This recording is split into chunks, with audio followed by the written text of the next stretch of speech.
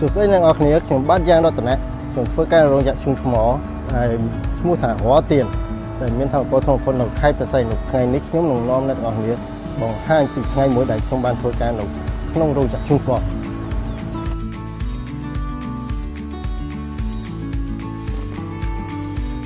នេះគឺជាអាហារដ្ឋានរបស់រោងចក្រមានម្ហូបចិនជាច្រើនមុខមានឆាបន្លែស្ងោរពោតមាន់ស្ងោរបបរស្រូវសាលីនិងបបរសនិងមានម្ហូបជាច្រើនមុខទៀតពេលញ៉ាំអាហារពេលព្រឹករួចខ្ញុំបានចាប់ផ្ដើមបន្តការងារ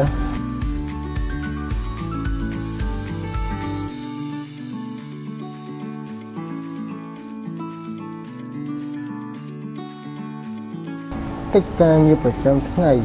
គឺស្ទើរតែដូចតែគ្នាការត្រួតពិនិត្យកត់ត្រាការបញ្ជាក់និងការដោះស្រាយបញ្ហាវាស្ដាប់ទៅសាមញ្ញប៉ុន្តែតាមពិតទៅមានរឿងជាច្រើនដែលត្រូវការយកចិត្តទុកដាក់គឺមិនអាចធ្វើប្រហែលបានការដឹងថាផ្នែកណាដែលជាការងារសំខាន់និងទិន្នន័យណាដែលត្រូវពិនិត្យឡើងវិញគឺជាការងារដែលខ្ញុំបានរៀបបន្តិចម្ដងខ្ញុំចាំបានថាការដែលខ្ញុំចូលធ្វើការដំបូងនៅក្រុមហ៊ុននេះខ្ញុំពិតជាមានអារម្មណ៍ភ័យណាស់ពេលនោះខ្ញុំទើបតែបញ្ចប់ការសិក្សាហើយពេលក្រឡេកមើលឧបករណ៍និងប៉ារ៉ែតម៉ែត្រទាំងអស់នេះមានឧបករណ៍ជាច្រើនដែលខ្ញុំមិនសូវស្គាល់ជាសំណាងល្អខ្ញុំមានគ្រូម្នាក់ដែលបានណែនាំខ្ញុំបានរៀនអនុវត្តបណ្ដាលនិងរៀនបណ្ដាលបន្តិចម្ដងខ្ញុំក៏ស្គាល់នៅឧបករណ៍ទាំងនោះឥឡូវនេះខ្ញុំដឹងថាខ្ញុំខុសគ្នាឆ្ងាយណាស់ពីពេលដែលខ្ញុំមកដល់ដំបូងពីមុនពេលដែលខ្ញុំជួបបញ្ហាប្រតិកម្មដំបូងរបស់ខ្ញុំគឺភ័យស្លន់ស្លោប៉ុន្តែឥឡូវនេះខ្ញុំត្រូវមើលនិងគិតអំពីវាហើយបន្ទាប់ទើបបានធ្វើការសន្និដ្ឋានជាក់លាក់ចំពោះបញ្ហា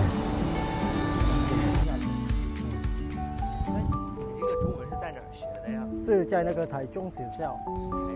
对在西港ឥឡូវនេះខ្ញុំបានចេញទៅធ្វើការហើយខ្ញុំកំពុងត្រឡប់ទៅកន្លែងបន្ទប់វិញ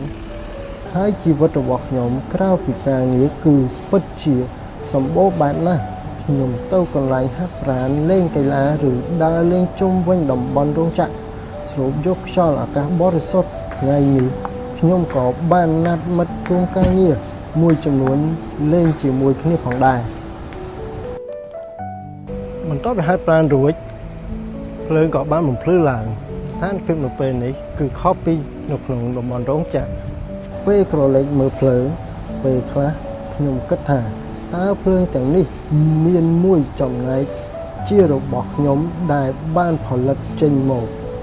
ចំពោះអគ្គិសនីដែលមនុស្សប្រើប្រាស់ក្នុងជីវិតប្រចាំថ្ងៃរបស់ពួកគាត់និងសូម្បីតែភ្លើងនៃទីក្រុងទាំងមូលតើខ្ញុំបានចូលរួមដែរមែនឬទេនៅពេលណាដែលខ្ញុំគិតបែបនេះខ្ញុំមានអារម្មណ៍ថាការងាររបស់ខ្ញុំទទួលបានអត្ថន័យផ្សេងទៀត